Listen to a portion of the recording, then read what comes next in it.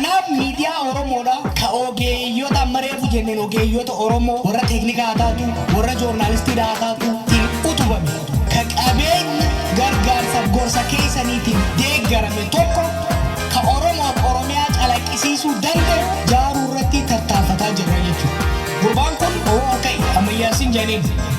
ammayyaasiin kun warra waan kanarratti akka kaa'amu nu godhe keessa tokkoos.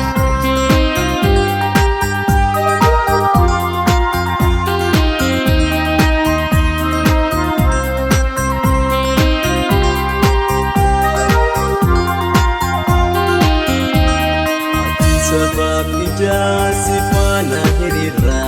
Oji tante gari ciminan degarra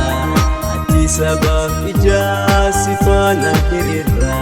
Oji tante gari ciminan degarra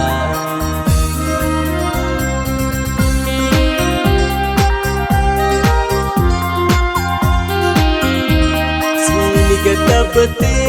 midian hawasa Ratate sabakhe damesa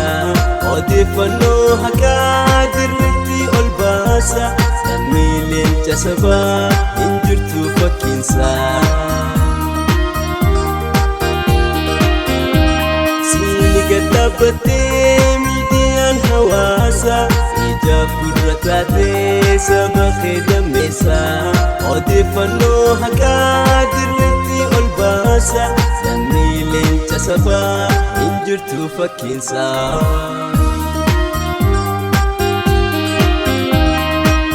Sabab ijaasi faana hiriira Hojii tantee gaarii ciminan deeggarra Ati sabab ijaasi faana hiriira Hojii tantee gaarii ciminan deeggarra Kanaaf namoota akka isaa kana kan murannoo qaban kana hawaasni Oromoo diinagdeedhaan leecalloodhaan ogeeyyoonni Oromoo beekumsa qaban sanii tajaajiluu qabanii namoonni akka hiyyaa kun immoo kawacee iyyee nama walitti hidhuu danda'u beekumsaaf qabeenya Oromoo kana walitti fidee jara kana gargaaru. Isaa unkursuuf yoom takkaa dadhabee addunyaarra deemaa miidiyaa gadhaabe hayyuu biyyaaf alaa ofitti as qabee goota leenci sabaa mataa ol nu qabee.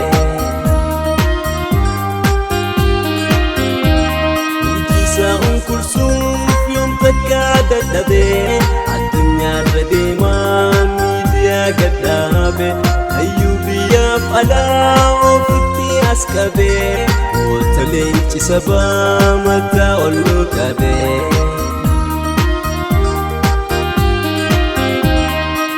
Sabab ijaasi faana hiriira hojii tantee gaarii ciminan deeggarra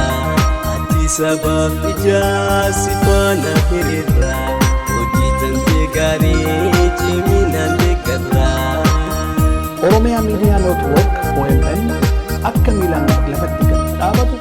gargaara.